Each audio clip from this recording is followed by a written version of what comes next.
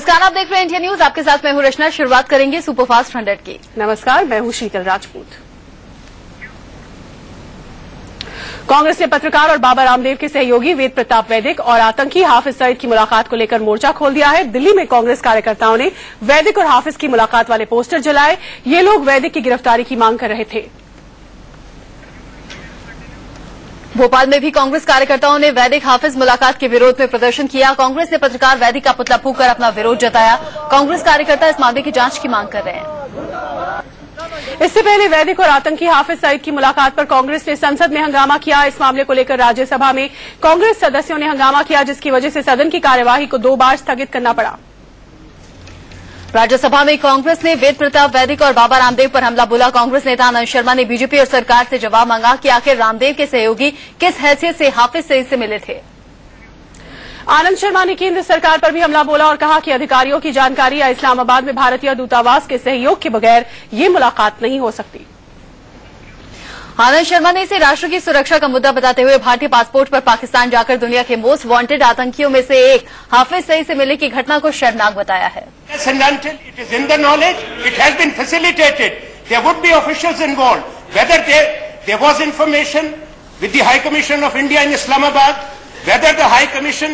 conveyed that to the Ministry of External Affairs. Look, Ministry of External Affairs will have to.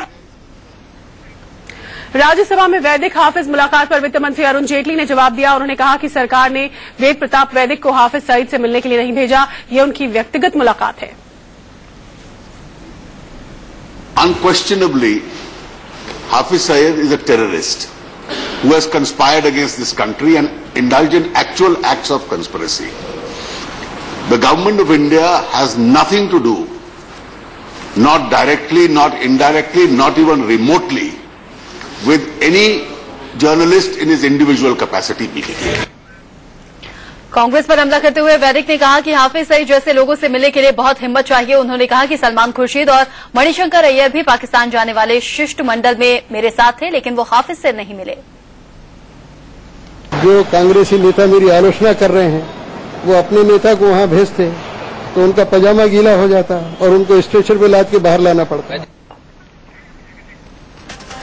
वैदिक ने यह भी कहा कि इस मुलाकात की तस्वीर उन्होंने खुद फेसबुक पर पोस्ट की है। उन्होंने कहा कि अपने पाकिस्तान दौरे में उन्होंने नवाज शरीफ के साथ अन्य पाकिस्तानी नेताओं से मुलाकात की और बतौर पत्रकार उन्हें किसी से भी मिलने में कोई गुरेज नहीं है।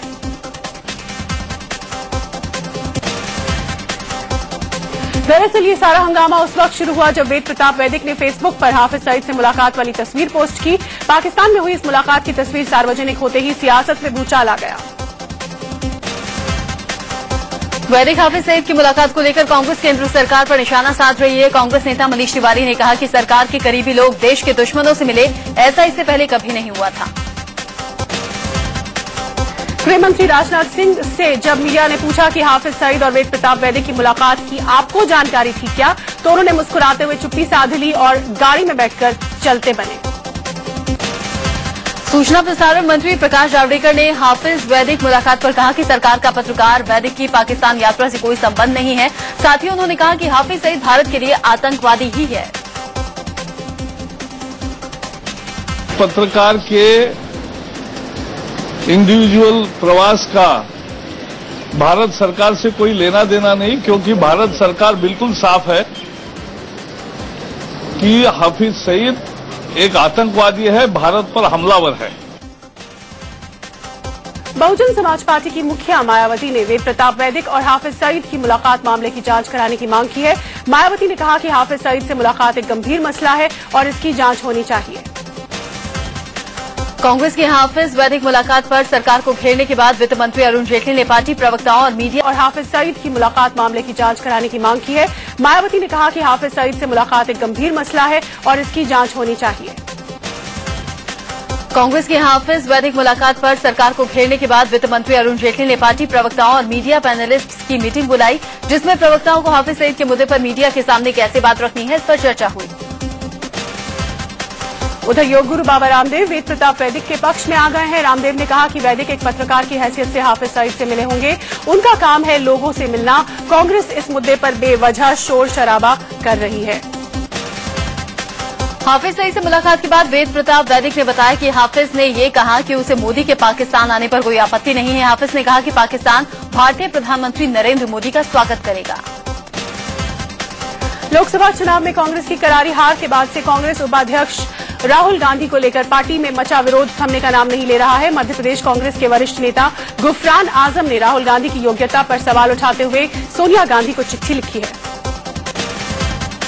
सोनिया गांधी को लिखी चिट्ठी में गुफरान ने कहा कि आपका बेटा 10 साल में बोलना नहीं सीख पाया, उसे पार्टी पर क्यों थोपना चाहती हैं? हम तो थक गए हैं सुन सुनकर। कोई उसे पप्पू बोलता है, कोई मुन्ना बोलता है, शर्म आती है।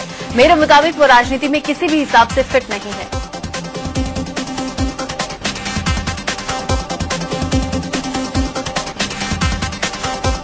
गुफरान आजम ने आगे लिखा है कि राहुल ने समझा कि यूथ कांग्रेस एक लेबोरेटरी है।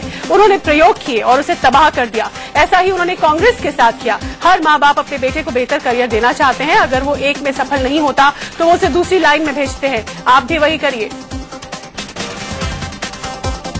गुफरान आजमी का कहना है कि वो ऐसी चिट्ठी कांग्रेस कमेटी के अन्य सदस्यों को भी लिखेंगे।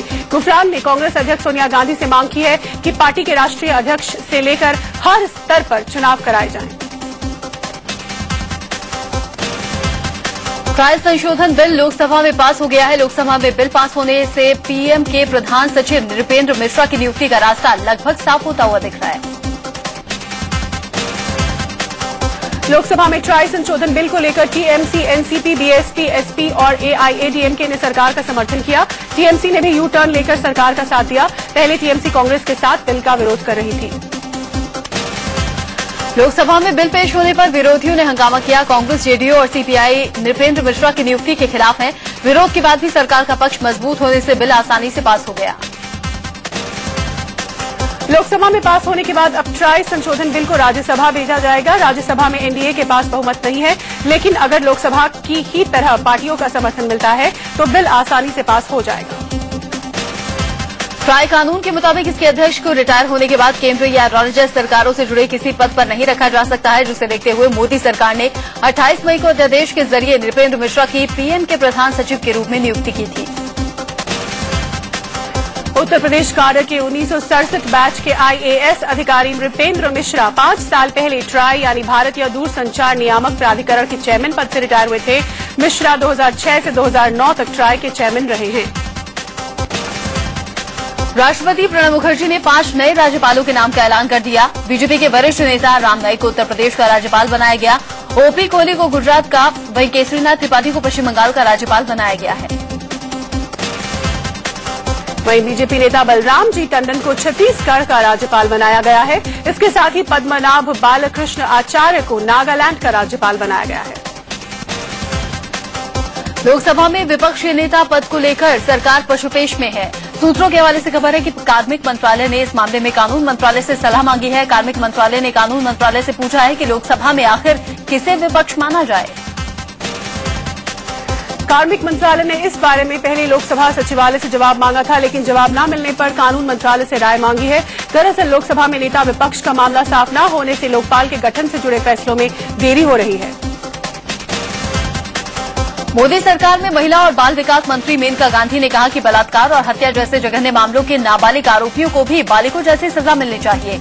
मेनका गांधी ने कहा कि इससे उनमें कानून का डर पैदा होगा। मेनका गांधी ने आंकड़ों का हवाला देते हुए कहा कि करीब 50% यौन अपराध 16 साल से कम उम्र के किशोर अंजाम देते हैं। उन्होंने कहा कि ऐसे आरोपी जानते हैं कि कोई सख्त सजा नहीं मिलेगी, इसलिए वो अपनी उम्र का नाजायज फायदा उठाते हैं। नाबालिगों को सजा के मामले में कांग्रेस ने मेनका गांधी का समर्थन किया है। कांग्रेस नेता शोभा ओझा ने कहा कि अगर नाबालिग जैसा संगीन अपराध करते हैं तो उसे सजा भी अपराध के मुताबिक ही मिलनी चाहिए। सांसद मेनका गांधी के खिलाफ गाजियाबाद के कविनगर थाना इंचार्ज को धमकी देने की रिपोर्ट एसएसपी को सौंपी गई है। आरोप है कि मेनका गांधी ने फोन पर थाना इंचार्ज एके सिंह को वर्दी उतरवा देने की धमकी दी। एक स्कूल में लंगूर पकड़े जाने की शिकायत के बाद मेनका पर धमकी देने का आरोप है। महाराष्ट्र के पूर्व मुख्यमंत्री अशोक चव्हाण की मुश्किल बढ़ गई है। चुनाव आयोग ने पेड न्यूज के मामले में जवाब मांगते हुए उन्हें कारण बताओ नोटिस जारी किया है। आयोग ने जवाब देने के लिए उन्हें 20 दिन का वक्त दिया है। शिवसेना प्रमुख उद्धव ठाकरे ने पेड न्यूज मामले में आरोपी महाराष्ट्र के पूर्व मुख्यमंत्री अशोक चव्हाण पर निशाना साधते हुए कहा कि गुनहगार पर उचित कार्रवाई हो। शिवसेना के पेड न्यूज के मामले में महाराष्ट्र के पूर्व सीएम अशोक चव्हाण को नोटिस दिए जाने के फैसले का स्वागत किया गया है। उन्होंने कहा कि लोगों तक संदेश जाएगा कि भ्रष्टाचार किसी भी स्तर पर हो उसे बर्दाश्त नहीं किया जाएगा। सुप्रीम कोर्ट ने दिल्ली में 2012 में चलती बस में हुए गैंग रेप और हत्या के मामले में 2 दोषियों की फांसी की सजा पर रोक लगा दी है। मुख्य आरोपी अक्षय और विनय ने हाईकोर्ट के उस फैसले को सुप्रीम कोर्ट में चुनौती दी है जिसमें उन्हें फांसी दी गई है। आरजेडी अध्यक्ष लालू प्रसाद यादव ने आज देवघर कोषागार से जुड़े चारा घोटाले के मामले में अपना बयान दर्ज करवाया। लालू सीबीआई की विशेष अदालत में पेश हुए और बयान दर्ज करवाया। चारा घोटाला मामले में लालू यादव को सीबीआई की विशेष अदालत से 5 साल की सजा हो चुकी है, जिसमें उन्हें जेल भी जाना पड़ा था। फिलहाल उन्हें इस मामले में सुप्रीम कोर्ट से जमानत मिली हुई है। केंद्र सरकार ने रिलायंस इंडस्ट्रीज और 3,478 करोड़ का जुर्माना लगाया है। मोदी सरकार ने केजी बेसिन से गैस उत्पादन लक्ष्य से कम रहने के मामले में ये जुर्माना लगाया है। नरेंद्र मोदी ब्रिक्स सम्मेलन में हिस्सा लेने बर्लिन से ब्राजील रवाना हुए। मोदी एयर इंडिया के विमान से ब्राजील गए। ब्रिक्स सम्मेलन में वैश्विक अर्थव्यवस्था, आतंकवाद और पर्यावरण समस्या जैसे मुद्दों पर मंथन होगा। ब्रिक्स सम्मेलन के बाद मोदी 16 जुलाई को ब्राजील की राजधानी ब्राजीलिया में दक्षिण अमेरिका के नेताओं से भी मुलाकात करेंगे। इसके बाद 17 जुलाई को मोदी स्वदेश लौटेंगे। नरेंद्र मोदी की गैर मौजूदगी में गृहमंत्री राजनाथ सिंह सरकार में नंबर 2 की हैसियत से कामकाज देखेंगे। इससे पहले चर्चा थी कि मोदी अपनी गैर मौजूदगी में किसी दूसरे नेता को नंबर 2 की जिम्मेदारी नहीं सौंपेंगे। दिल्ली में एबीवीपी कार्यकर्ताओं ने यूपीएससी ऑफिस के सामने जोरदार प्रदर्शन किया। हंगामे पर काबू पाने के लिए पुलिस को वाटर कैनन का इस्तेमाल करना पड़ा। काफी देर तक पुलिस और प्रदर्शनकारियों के बीच में संघर्ष जारी रहा। पुलिस ने प्रदर्शन कर रहे कई छात्रों को हिरासत में लिया। एबीवीपी कार्यकर्ता यूपीएससी छात्रों की मांगों के समर्थन में प्रदर्शन कर रहे थे। यूपीएससी के कई छात्र हिंदी माध्यम के छात्रों से भेदभाव खत्म करने और सीसैट खत्म करने की मांग कर रहे हैं। मध्य प्रदेश के उज्जैन में पुलिस का बर्बर चेहरा देखने को मिला। पुलिस वालों ने कांवड़ियों को जबरन मंदिर में जाने से रोक दिया और जो कांवड़िए मंदिर परिसर के अंदर से उन्हें पकड़ पकड़ कर बाहर खदेड़ रहे थे। कांवड़ियों पर डंडे और लात घूंसों से भी वार किया गया। दरअसल ये सारा विवाद सीएम शिवराज सिंह के महाकाल मंदिर में आने को लेकर शुरू हुआ। पुलिस सीएम के दौरे को देखते हुए कांवड़ियों को जबरन हटाने लगी। बस यहीं से कांवड़ियों और पुलिस के बीच विवाद शुरू हो गया। दिल्ली में बिजली को लेकर हंगामा जारी है। वसंत कुंज इलाके में स्थित बीएसईएस दफ्तर पर गुस्साए लोगों ने प्रदर्शन किया। लोगों ने बीएसईएस अधिकारी के नेम प्लेट उखाड़कर उसे पैरों से रौंद डाला। बिजली कटौती बंद न होने पर उग्र प्रदर्शन की धमकी दी गई है। इलाहाबाद के राजापुर इलाके में पानी की किल्लत से जूझ रहे लोगों ने जबरदस्त प्रदर्शन किया। हाथों में बाल्टी और खाली डिब्बे लेकर जल निगम के खिलाफ नारेबाजी की। हफ्ते भर से ये लोग पानी की किल्लत से जूझ रहे हैं। इंदौर के विदुर नगर इलाके में लोगों ने एक युवक की बेरहमी से पिटाई कर दी। लोगों ने कानून अपने हाथ में ले लिया और जिसका भी मन किया पीटता चला गया। लोगों को शक था कि इसी शख्स ने 6 जुलाई को हुई एक चोरी की वारदात को अंजाम दिया। लोगों का कहना है कि तब से ये युवक गायब था। अब जब इसे देखा गया तो शक के आधार पर लोगों ने पिटाई शुरू कर दी। महंगाई के मोर्चे पर सरकार को थोड़ी राहत मिली है। जून में थोक मूल्य सूचकांक आधारित महंगाई दर में 0.5% से ज्यादा की गिरावट दर्ज की गई है। जून में थोक महंगाई दर घटकर 5.43% हो गई है। थोक महंगाई दर में भले ही कमी आई हो, लेकिन बाजार में महंगाई की मार अभी कायम है। आलू प्याज के बाद अब टमाटर के दाम में भी आग लगी है। 10 दिन पहले तक 15 से 20 रुपए प्रति किलो बिक रहा टमाटर अब 40 से 60 रुपए प्रति किलो बिक रहा है। विश्व हिंदू परिषद के वरिष्ठ नेता गिरिराज किशोर का रविवार देर रात निधन हो गया। 96 साल के गिरिराज किशोर लंबे वक्त से बीमार चल रहे थे। दिल्ली के आरके पुरम में वीएचपी दफ्तर में रात 9:15 बजे उन्होंने आखिरी सांस ली।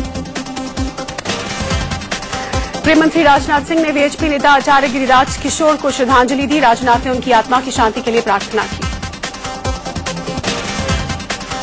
बीजेपी के वरिष्ठ नेता लालकृष्ण आडवाणी और वीएचपी नेता अशोक सिंघल ने भी आचार्य गिरिराज किशोर को श्रद्धांजलि दी। दोनों उनके साथ बिताए गए समय पर चर्चा कर भावुक हो गए। इराक में चल रहे युद्ध में भारत के 4 युवाओं के शामिल होने की खबर पर गृह मंत्रालय ने महाराष्ट्र सरकार से रिपोर्ट तलब की है। एक अंग्रेजी अखबार में खबर छपी थी कि मुंबई और ठाणे के 4 युवक इराक में आईसिस संगठन में शामिल हो गए हैं। परिजनों ने सरकार से मदद की गुहार लगाई है। चारों लड़कों की उम्र 20 साल के आसपास बताई जा रही है। इनके घरवालों ने कल्याण पुलिस के पास गुमशुदगी की रिपोर्ट लिखवा दी है। वो चिट्ठी भी पुलिस को सौंप दी गई है जो उनके बेटों की तरफ से भेजी गई है। इंडियन एक्सप्रेस के मुताबिक मुंबई और ठाणे के 4 भारतीयों के आईसिस संगठन में शामिल होने की खबर है। मुंबई से सटे कल्याण के एक शख्स ने ये बात अखबार को बताई, जिसे अपने बेटे के आतंकियों से मिले होने की आशंका है। अखबार के मुताबिक कल्याण के उस शख्स ने बेटे की चिट्ठी का हवाला दिया है। ठाणे के 3 लड़कों के परिजनों को भी शक है कि उनके बेटे आतंकियों के साथ शामिल हैं। इन सभी लड़कों के घरवाले गृह मंत्री से मुलाकात करना चाहते हैं।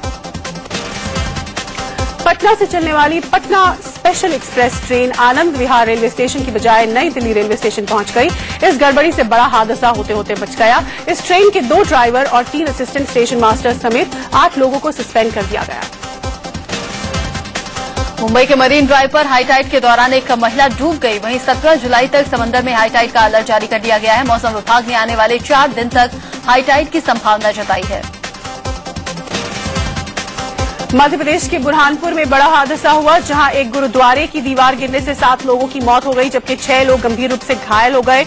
हादसा बुरहानपुर के राजघाट इलाके में हुआ। घायलों में 2 लोगों की हालत गंभीर है, जिन्हें इंदौर रेफर कर दिया गया है। कानपुर के माल रोड इलाके में साड़ी की एक दुकान में आग लग गई। आग की खबर मिलते ही मौके पर दमकल की 6 गाड़ियां पहुंच गई। आग रोनाल्ड टावर की पहली मंजिल पर लगी थी, जिसे बुझाने में फायर ब्रिगेड को घंटों मशक्कत करनी पड़ी। दिल्ली के शाहदरा इलाके में बदमाशों ने एक पुलिस कांस्टेबल को दिन दहाड़े गोली मार दी। गोली काफी नजदीक से मारी गई, जिससे कांस्टेबल की मौके पर ही मौत हो गई। पुलिस हत्यारों को तलाश रही है। हत्या की वारदात दोपहर करीब 12 बजे हुई। दिल्ली के जाफराबाद इलाके में तैनात कांस्टेबल शिवराज किसी काम से शाहदरा आए थे, तभी अज्ञात हमलावर ने उन्हें गोली मार दी। दिल्ली के वसंत विहार इलाके से एक दिल दहला देने वाली घटना सामने आई है। रामपाल नाम के शख्स ने पहले अपनी बीवी पर चाकू से कई हमले किए, फिर खुद को चाकू घोंप लिया। दोनों की हालत गंभीर है, अस्पताल में भर्ती है। दिल्ली के आरकेपुरम इलाके में हुए नाबालिग से रेप के आरोपी को कोर्ट में पेश किया गया। आरोपी ने कहा उसे फंसाया जा रहा है। आरोप है कि इसने नाबालिग लड़की को बहला फुसलाकर उससे रेप किया। दिल्ली के वसंत कुंज इलाके में 20 साल की लड़की से रेप का मामला सामने आया है। लड़की के मुताबिक आरोपी ने महिपालपुर के एक होटल में वारदात को अंजाम दिया। पुलिस ने आरोपी को गिरफ्तार कर लिया है। महाराष्ट्र के भिवंडी में पुलिस की पिटाई से एक लड़के की मौत हो गई। पीड़ित ने पिटाई से डरकर खुदकुशी की कोशिश की, जिसके बाद उसकी मौत हो गई। दोनों आरोपी पुलिस वालों को गिरफ्तार कर लिया गया। दिल्ली के आरएमएल अस्पताल परिसर में एक मरीज ने 4 मंजिला इमारत से कूदकर जान दे दी। खुदकुशी की वारदात तड़के हुई। बताया जा रहा है कि बीमारी से काफी दिन से परेशान युवक ने मौत को गले लगा लिया। हरियाणा के पंचकुला में लुटेरों ने मनसा देवी कॉम्प्लेक्स में करीब 3 करोड़ की लूट को अंजाम दिया। लुटेरों ने ज्वेलर की आंख में मिर्ची पाउडर डालकर पिटाई की। लुटेरे ज्वेलरी शोरूम के मालिक से गहने, कैश और उनकी गाड़ी लूटकर फरार हो गए। पंजाब के अमृतसर में पुलिस ने एक कार से 7 किलो हेरोइन बरामद की है। पाकिस्तान से आ रही ये हेरोइन राजस्थान पहुंचाई जानी थी। हेरोइन के साथ एक शख्स गिरफ्तार भी हुआ है। अमृतसर में हरे पेड़ों को काटने के विरोध में पूर्व मंत्री लक्ष्मीकांत चावला और विधायक नवजोत कौर सिद्धू ने प्रशासन के खिलाफ अनोखा प्रदर्शन किया। दोनों ने मांग की कि सरकार जल्द दोषियों के खिलाफ कार्रवाई करे।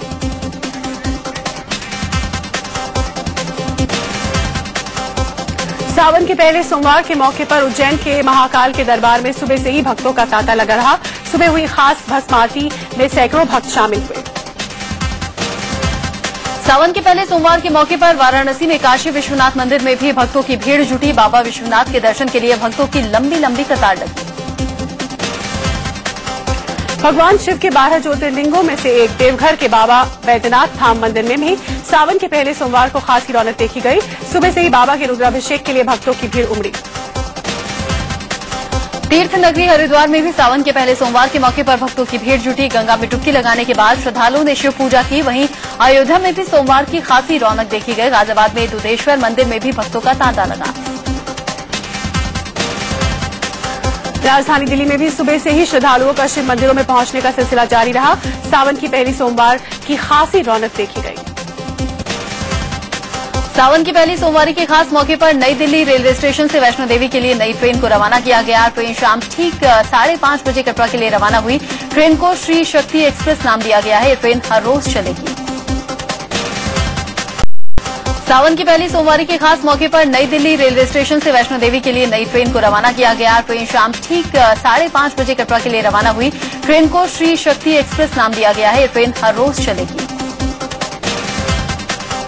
नई दिल्ली से कटरा तक 655 किलोमीटर का सफर पूरा करके ट्रेन सुबह 5:10 पर कटरा स्टेशन पहुंचेगी। वापसी के लिए श्री शक्ति एक्सप्रेस रोज रात को 10:55 पर कटरा से छूटेगी, जो सुबह 10:45 पर दिल्ली पहुंचेगी।